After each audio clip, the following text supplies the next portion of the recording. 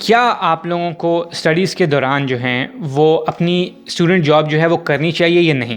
तो यार सबसे पहली चीज़ तो ये है कि आप लोगों ने जो है ना वो अपनी फाइनेंशियल सिचुएशन जो है ना उसको गेज करना है, ठीक है? अभी फ़र्ज़ करें कि अभी आप जर्मनी नहीं आए, 6 महीने बाद आपने आना है, 5 महीने बाद आना है, 3 महीने बाद आना है या 1 साल के बाद आना है। तो आप पहले से ये इवैल्यूएट करें कि यार एग्ज़ाम्पल मैं दे रहा हूँ कि यार मैं जो हूँ वो फॉर एग्ज़ाम्पल बर्लिन के अंदर जा रहा हूँ पढ़ने, ठीक है?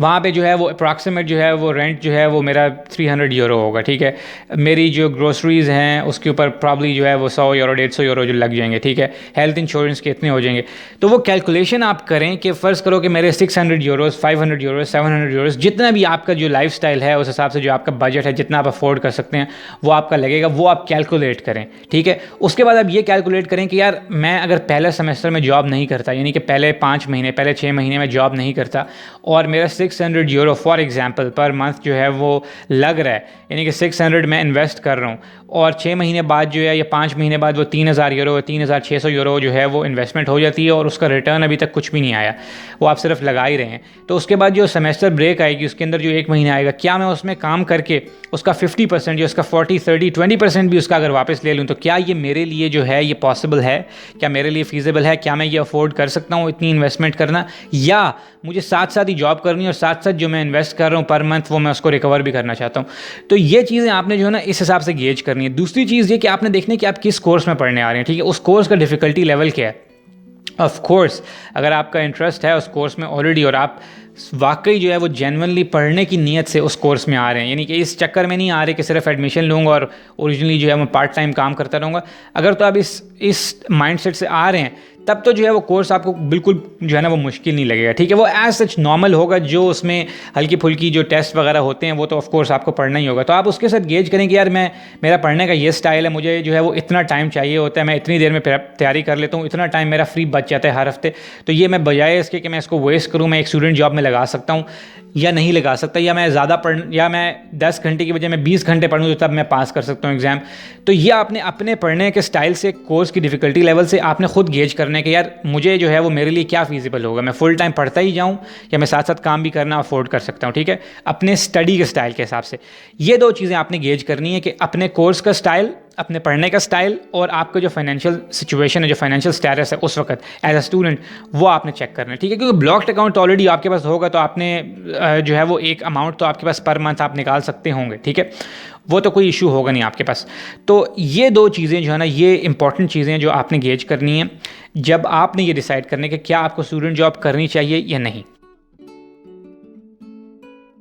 कि मैं आप लोगों को इसका आंसर जो है वो मैं अपनी एग्जांपल से देता हूँ, जो मैंने खुद किया जर्मनी में जब मैं स्टूडेंट था तो मैंने क्या किया। जो स्टूडेंटेनwerk है उनके एक सर्वे के मुताबिक, यानी कि जो स्टूडेंट एसोसिएशन है ओवरऑल जर्मनी वाइड उसकी बात कर रहा हूँ, उन्होंने ये सर्वे कंडक्ट किया था और उसके मुताबिक 2/3 ऑफ स्टूडेंट्स जो हैं जर्मनी के अंदर वो स्टूडेंट जॉब्स करते हैं, ठीक है?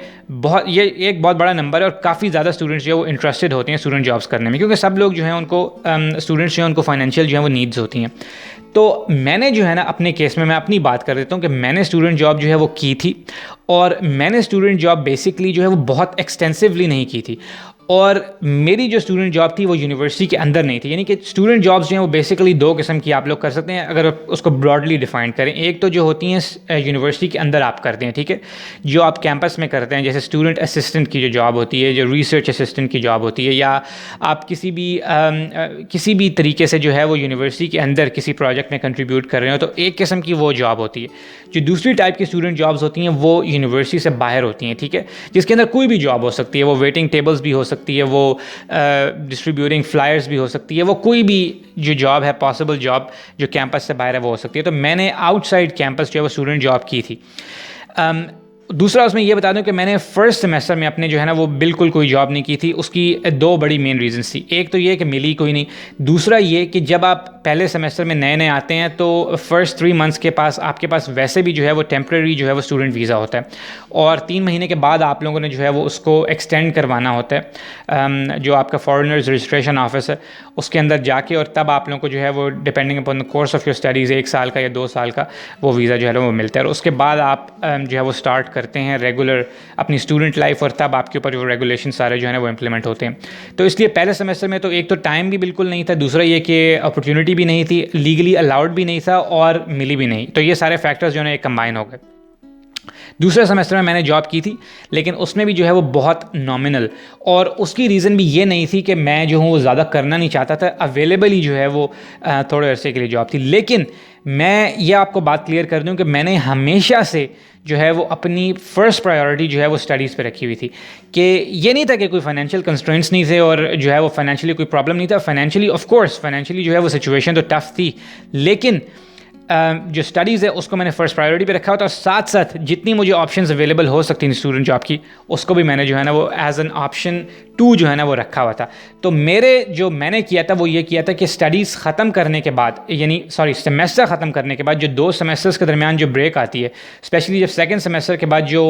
समर ब्रेक आई थी, उस ब्रेक में मैंने जो है वो 1 महीना आप लोगों को मिलता है अप्रॉक्सीमेटली, और 1 से भी ज़्यादा मिल जाता है क्योंकि दोबारा अक्टूबर में शुरू होता है। तो उसमें जो है वो मैंने स्टूडेंट जॉब की थी फुल फ्लेजेडली। मोस्टली जो यूनिवर्सिटीज़ हैं ना, आप उनकी करियर सर्विसेज में जाएंगे या अगर आप उनसे वैसे पूछेंगे तो वो आप लोगों को हमेशा यही रिकमेंड करेंगे कि यार स्टडीज़ जो हैं उनको आप फर्स्ट प्रायोरिटी रखें, क्योंकि अगर आप स्टूडेंट जॉब्स के अंदर लग जाएंगे तो आपका फोकस जो है वो स्टूडेंट जॉब की तरफ चला जाएगा, पढ़ाई की तरफ नहीं रहेगा, सब्जेक्ट्स प्रॉब्ली आपके पास ना हो, तो आपकी इवेंचुअली जो स्टडी ग्रेजुएशन पीरियड है, जो आपका ओरिजिनल जो आपका टाइम पीरियड जिसमें आपने पास आउट होना है, वो डिग्री ख़त्म करनी है, वो एक्सटेंड होता जाएगा, ठीक है। और वो जो है ये एक अच्छी चीज़ नहीं समझी जाती। ऑफिशियली हर यूनिवर्सिटी आपको डिस्करेज करेगी और जो भी जर्मन अथॉरिटीज़ हैं वो सारी इस चीज़ को डिस्करेज करेंगी, ठीक है।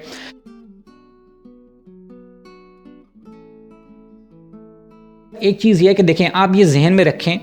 कि मैं हमेशा ये कहता हूँ, मैंने एक लास्ट वीडियो जो बनाई थी जिसमें मैंने सोल्यूशन टू स्टूडेंट प्रॉब्लम्स के टाइटल से वीडियो बनाई थी, उसमें मैंने वो 5 सॉल्यूशंस डिस्कस किए थे कि जिनकी वजह से जो इंटरनेशनल स्टूडेंट्स हैं उनका ड्रॉप आउट रेट जो है वो बहुत ज़्यादा है as compare to German students. और उसमें एक रीज़न जो है ना वो है फाइनेंशियल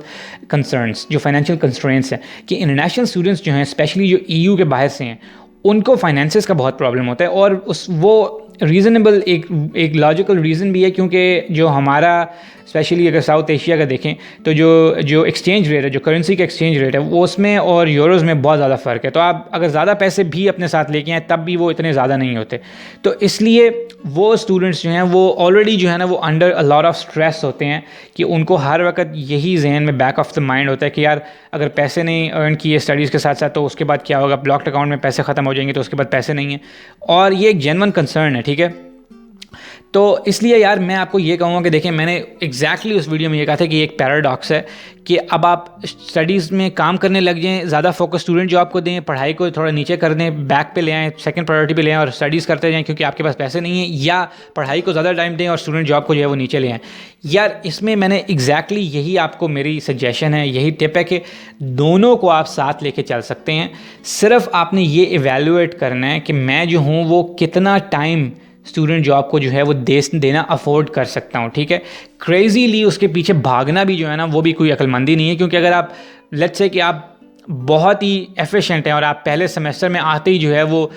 जर्मन भी आपने सीख लिया और आप स्टूडेंट जॉब आपने निकाल लिया, मैं आउटसाइड कैंपस की बात कर रहा हूँ, तो आपने जॉब, क्योंकि कैंपस के अंदर जो स्टूडेंट जॉब्स है ना वो तो 240 हाफ डेज़ या 120 फुल डेज से ज़्यादा भी आप काम कर सकते हैं जो आपकी स्टूडेंट असिस्टेंट की जॉब्स हैं, लेकिन उसके लिए आपको परमिशन लेनी पड़ती है, जो आपका foreigners registration office outstanding behaviour जिसको कहते हैं। तो अगर आप तो वहाँ पे आपको नहीं मिली, ठीक है, वो मिल जाए तो वो तो बेस्ट है, सबसे अच्छी है वो। लेकिन अगर आपको कैंपस से बाहर जाना होता है, ठीक है, अब आपको जॉब भी मिल गई है, ठीक है, लैंग्वेज भी आप गुजारा कर लेते हैं, लेकिन आपका ट्रैवल टाइम जो है ना वो हो रहा है कि आप डॉम से जहाँ पे भी आप रहते हैं वहाँ से आप जा रहे हैं जॉब पे, फिर फिजिकल काम कर रहे हैं, फिर वापस आ रहे हैं, ये सारा जो है ना वो एड अप हो रहा है, ठीक है। उसके बाद आपने अपनी जो क्विज़ेस, असाइनमेंट्स, जो भी मिड टर्म्स हैं और जो भी असाइनमेंट्स, जो एग्ज़ाम्स हैं वो भी देने हैं।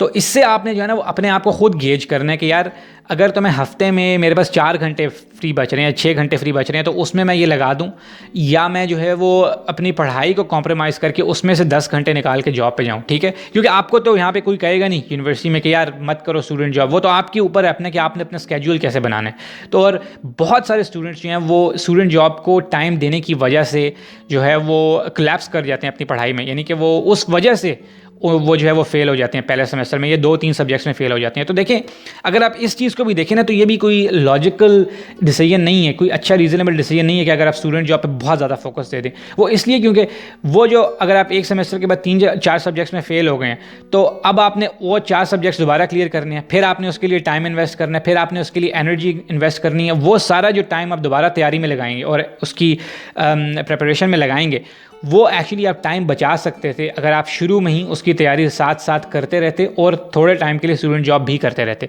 तो इसलिए मैं ये कह रहा हूँ कि ये बिल्कुल मैं नहीं कह रहा कि स्टूडेंट जॉब करें ही ना, ये नहीं करनी चाहिए, वो तो मैंने खुद भी की थी, लेकिन उसके ऊपर सिर्फ ये देख लें कि आपने कितना टाइम लगाना है उसके ऊपर, ठीक है। तो इसको मेक श्योर कर लें और कोशिश ये करें कि यूनिवर्सिटी के अंदर आपको मिल जाए, लेकिन अगर नहीं मिलती तो कोई ऐसी बात नहीं, सारों को यूनिवर्सिटी के अंदर नहीं मिलती, बाहर भी जो है ना वो चांस बन सकता है। बाकी ये कि स्टूडेंट जॉब्स जो हैं वो कौन कौन सी अवेलेबल हैं और वो कैसे मिल सकती हैं, उसके ऊपर हम एक अलग वीडियो पे बात करेंगे। अगर इस वीडियो से आपके कोई और क्वेश्चंस हैं